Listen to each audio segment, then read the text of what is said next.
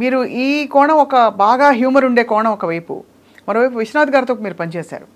ఆయనది చూడంగానే సంప్రదాయం లేచి నిలబడుతుంది. విశ్వనాథ్ గారి కన్నా కూడా నేను సెంటిమెంట్ సినిమాలు చేసింది కృష్ణారెడ్డి గారితో. శుభలగ్నం, మావిచిగురు, అవన్నీ సెంటిమెంట్ సినిమాలు. విశ్వనాథ్ గారితో అదొక ఎక్స్పీరియన్స్. ఆ సినిమా పేరు రిలీజ్ అవ్వాలి. అది సిరిమువ్వల సింహనాథం. నేను చూసారు. అది కళాకృష్ణ హీరో, కళాకృష్ణ గారు హీరో, ఇంకో ఇద్దరు అమ్మాయిలు, మాధవీలత అని ఒక అమ్మాయి, ఇంకో అమ్మాయి హీరోయిన్స్. అవును అవును. ఆ సినిమాకి నన్ను పెట్టుకున్నారు. నేను 4-5 రోజులు డిస్కషన్కి వెళ్ళా. నేను ఇంతమందిని చూశానండి కథలు చెప్పేవాళ్ళని ఇండస్ట్రీలో, విశ్వనాథ్ గారిలాగా కథ చెప్పేవాళ్ళని చూడలేదండి. అవునా? ఆయన కథ చెప్తుంటే జల కళ్ళనీళ్ళు వచ్చేస్తాయి. నవ్వు వచ్చినట్లాగే వస్తుంది, ఏడుపు వచ్చినట్లాగే వస్తుంది, ఇమోషన్ వచ్చినట్లాగే వస్తుంది. ఆయన అంత బాగా చెప్తాడు కదా. ఆయన తర్వాత చూసింది నేను దాసరి గారు.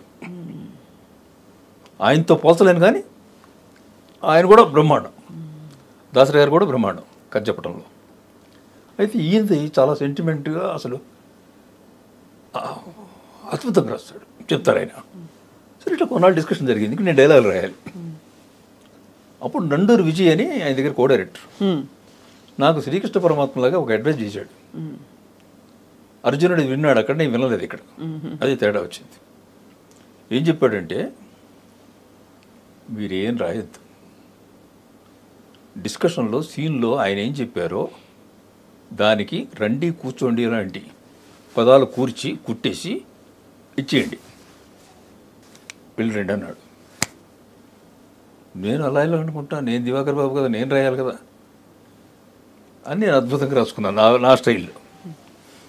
వెళ్ళాను సెట్కి, విన్నారు, చూశారు, చాలా బాగుందండి అన్నారు. కాలు వేసుకున్నాను. విశ్వనాథ్ గారు మెచ్చుకున్నారు. వచ్చి పక్కన కూర్చున్నాను. కాసేపు డైలాగులు ఏమి వినిపిస్తున్నాయి, నావి కాదు, వేరే వినిపిస్తున్నాయి. వీళ్ళు చూసి ఆర్టిస్టులు ఏదో చేస్తున్నారు, నేను చేసినవి కాదు అవి చూస్తున్నాను. ఆయన వచ్చే దగ్గరికి, సీను కొంచెం మౌంటప్ చేశాను అంతే, చూడండి అని పేపర్ ఇచ్చాడు. ఇస్తే అందులో రండి కూర్చోండి, తిన్నారా, కాఫీ తాగుతారా, ఇవే నావి, మిగతా డైలాగ్ నావి కాదు. చాలా కోపం వచ్చింది. వచ్చి రెండు విజయ్ చెప్పి, ఏంటి ఇది, ఇంతకాడికి మమ్మల్ని పెట్టుకోవడం దీనికి ఏంటిది, నేను ముందరే చెప్పా, మీరే వినలేదు. ఆయన ఏమనుకున్నాడో అది ముందే చెప్పేస్తున్నాడు మీకు అక్కడ సెట్లో డిస్కషన్లో, అదే రాయాలి మీరు అంటే. ఆయమ్మ ఇది రాసే గాడికి నేను ఆయన దగ్గర ఎందుకు చేయటం. కాబట్టి విశ్వనాథ్ గారి సినిమాలు చూడటం బెస్ట్, ఆయన దగ్గర పనిచేయడం కన్నా అనిపించింది. అంటే ఆయన దగ్గర పనిచేస్తే మనకు విద్య తెలుస్తుంది, వేరే విషయం. మన డైలాగులు ఉండవు, అది ఆయన రాసేసుకుంటాడు ఆయన. అది ఆయన దగ్గర జరిగిన ఎక్స్పీరియన్స్. ఇప్పుడు ఆయనలాగా కథ చెప్పడం మాత్రం అసలు ఇంకోటి వల్ల కాదండి.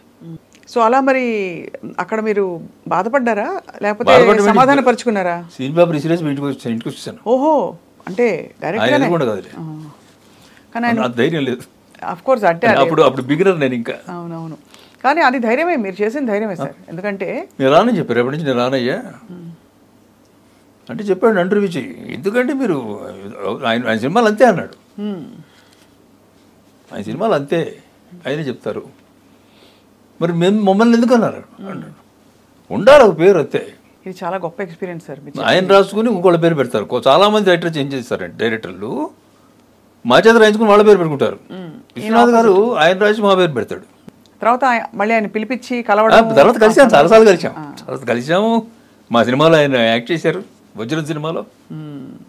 ఆ తర్వాత మామూలు చక్కగా మాట్లాడతారు. ఆయన గొడవలేదు, ఎందుకంటే ఆయన ఇష్టం కదా, ఆయన తెలుసు. నేను కాదని పోరాడు ఉంటే అక్కడ అదే గొడవ అయ్యేది.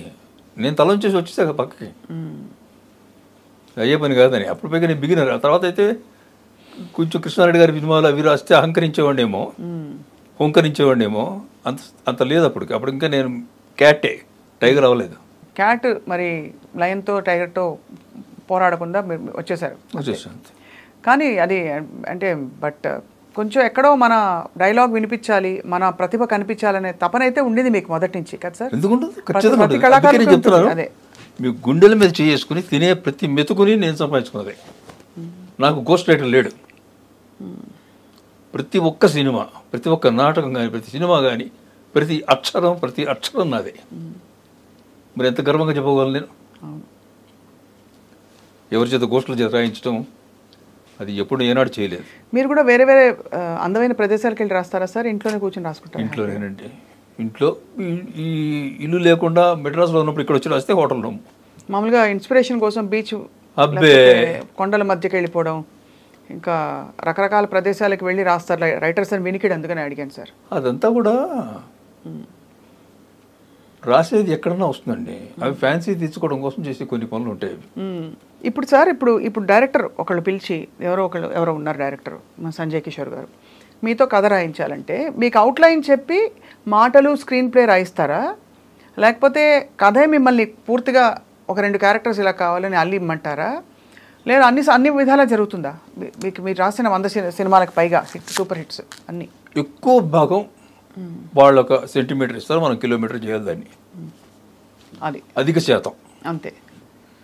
అంటే ఎవరో ఒకళ్ళిద్దరు, నేను రాసినటువంటి దాదాపు ఒక 100 సినిమాలలో పూర్తిగా చేసుకుని కేవలం మీరు డైలాగ్ రాయండి చాలు అని దగ్గరికి వచ్చిన సినిమా ఒకటి అది చూడాలని ఉంది, చిరంజీవి సినిమా. మొత్తం గుణశేఖరే.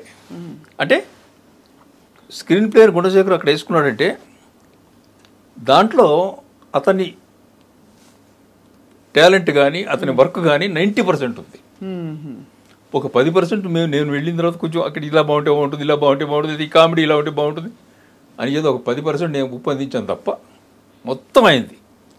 డైలాగ్ మొత్తం నావి మళ్ళీ 100%. అట్లా నాకు అన్ని సినిమాలు కుదరలా.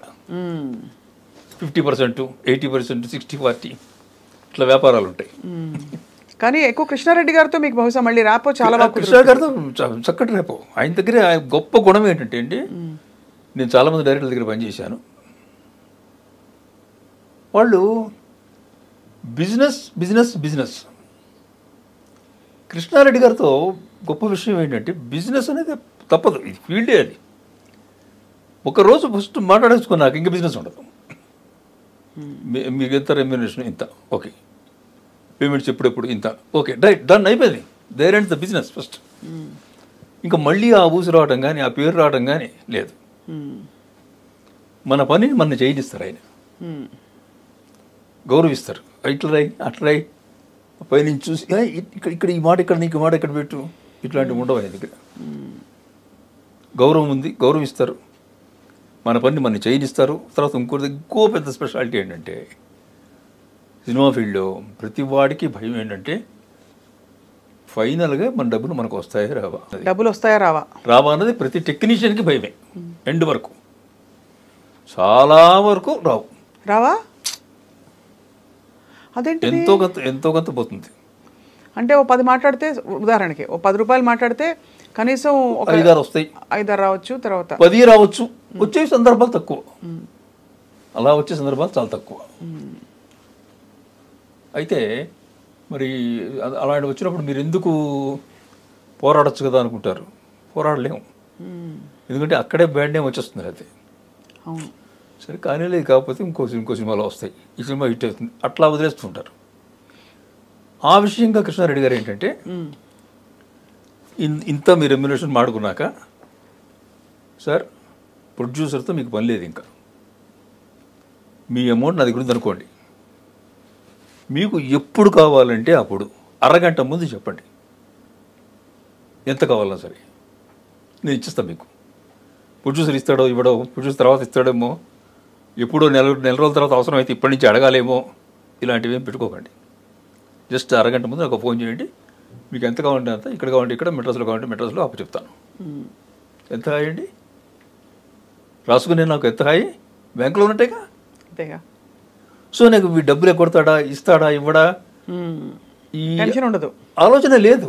ఎందుకంటే సార్ రాసే వాళ్ళకి ముఖ్యంగా అత్యంత క్రియేటివిటీ ఒక అవసరం, ఒక మనసు పెట్టి రాయాలి. ఎక్కడైనా తేడాలు కొట్టాయంటే మీకు వైబ్ తెలిసిపోతుంది కదా, ఇక్కడ ఏదో తేడాగా ఉందని. అప్పుడు మీకు మనసు హోల్ హార్టెడ్గా రాదు కదా సార్, అవును, ఇబ్బంది అవుతుంది. సో అయితే కృష్ణారెడ్డి గారికి నేను కూడా ఎప్పుడైనా రాస్తే కృష్ణారెడ్డి గారికే రాస్తా సార్, మీరు చెప్పండి. ఊరికే సార్ నేను అండం ఆయన ప్రొఫెషనలిజంకి గౌరవం చెప్తున్నాను సార్. అది ఆ ఫ్రీడమ్ ఆయన అందరు టెక్నీషియన్కి ఇచ్చారు. నా ఒక్కడికి కాదు, ప్రతి టెక్నీషియన్కి ఇచ్చారు. అది ఒకసారి ఇప్పుడు ఒక అసిస్టెంట్ డైరెక్టర్ తప్పు చేస్తే నేను చెప్పాను, ఏమన్నా నేను తప్పు చేస్తున్నాడు కోపడచ్చు కదా అంటే ఆయన మాట అన్నారు, సార్ అతనికి 25 ఏళ్ళు ఉంటాయి కదా, ఉంటాయి, అతను ఈ పని చేయడానికి వచ్చాడు కదా, అవును, నేను శాలరీ ఇస్తున్నాం కదా, ఇస్తున్నాం, అతను మనం చేయాలండి, చేయకపోతే నెక్స్ట్ పెట్టుకోవద్దు, మనం కోపట్టడం చిన్నపిల్లడా, అతని పని అతను చేయాలి కదా, కోపట్టడానికి మనం ఎవరు శాశ్వతంగా పోషించేవాళ్ళమా కాదు, చిన్నపిల్లడా కాదు, నెక్స్ట్ పెట్టుకోం, దట్స్ ఆల్. అంటే ఎంత జాగ్రత్తగా ఉంటుందో చూడండి. అండ్ ఇదంతా ఎవరు ఆల్ క్రాఫ్ట్స్లో మాస్టర్ అయిన కృష్ణారెడ్డి గారు, ఆయన పాటలు, సంగీతం, మాటలు అన్నిటి మీద పట్టుంది ఆయనకి. సో ఇంత ఆయన నమ్రత, ఆయన మెచ్యూరిటీ సార్, అది చాలా గొప్ప సినిమాలు తీశారు సార్ ఆయన. కుటుంబ కథా నేపథ్యం చిత్రాలు, మంచి సందేశం ఉండే చిత్రాలు, అది మీరు వారు కలిసి. అవును.